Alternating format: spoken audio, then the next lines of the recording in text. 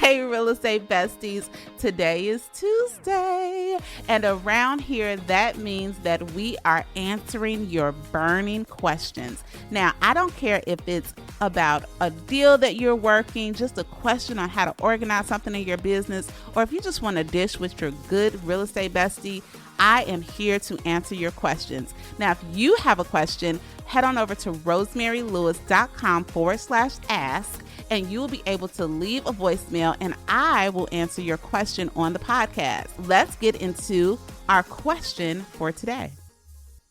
I was cold calling and reaching out. So we get like Zillow leads that come in.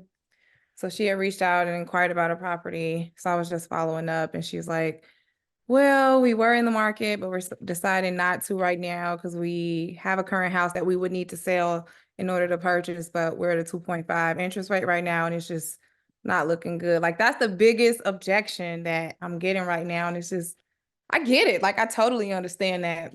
And it's just hard for me to talk to them. You know what I mean? That is a good question. And a lot of us have heard that objection.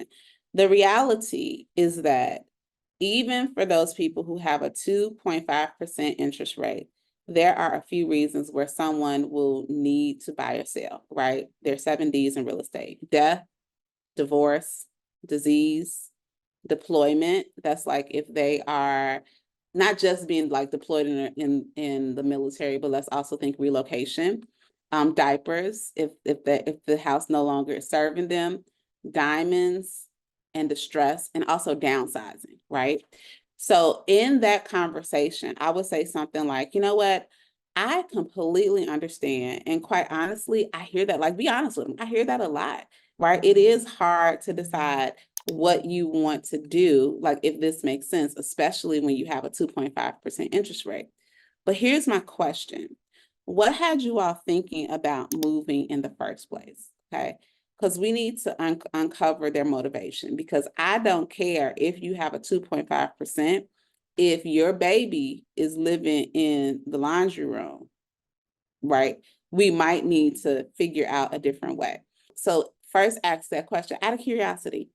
What had you all even considering moving? Like, is your current home no longer serving you? That's the words that I use. Like, what is it about your current home that even had you considering purchasing?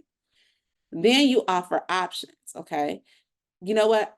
Let me tell you something that I've been advising my clients, because what if I was to run numbers for you? Would it make sense for you to keep your current home and maybe turn it into an investment property and then purchase again?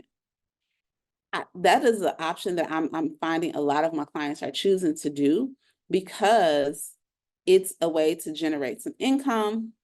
Even if the rent is just paying down your current mortgage, now you're gaining an asset, you're continuing to gain equity. And then I can put you in contact with one of my preferred lenders just to see what your purchasing power would be if you did decide, right? But nonetheless, I'm gonna bring them back to their original motivation. But whatever you decide, here's the thing, is that what I would hate to happen is that, you know, things that seem like a minor inconvenience, they just kind of grow and grow and grow. And if you all are, and I keep using the baby example, but if you're already on top of each other and struggling for space, it's only going to get worse if you decide to continue to grow your family, or, you know, as your kiddo gets older.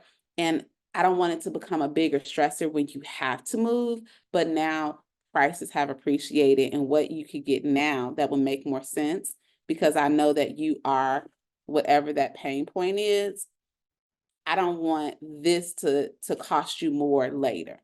So let's just explore what your options are.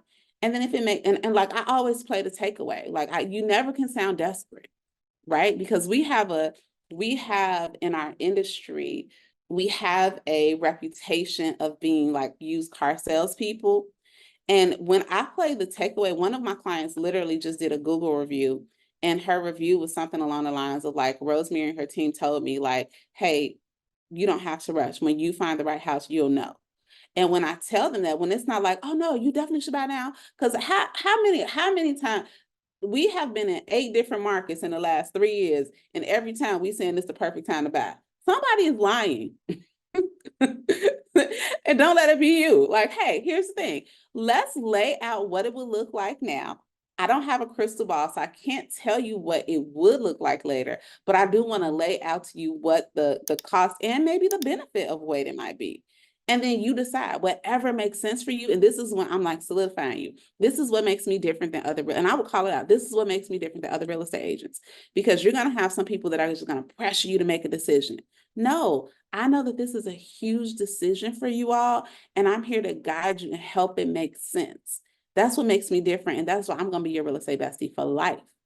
Right. So we're going to figure this out. And the reality, Shannon, is that you're going to have some people that are like, yeah, we're going to go ahead and stay.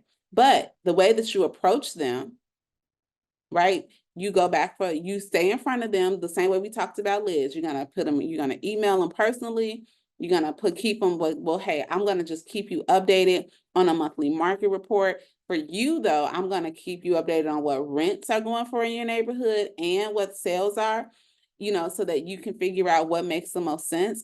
And I'm just going to say, and by the way, do you know anybody else that might find a report like this helpful?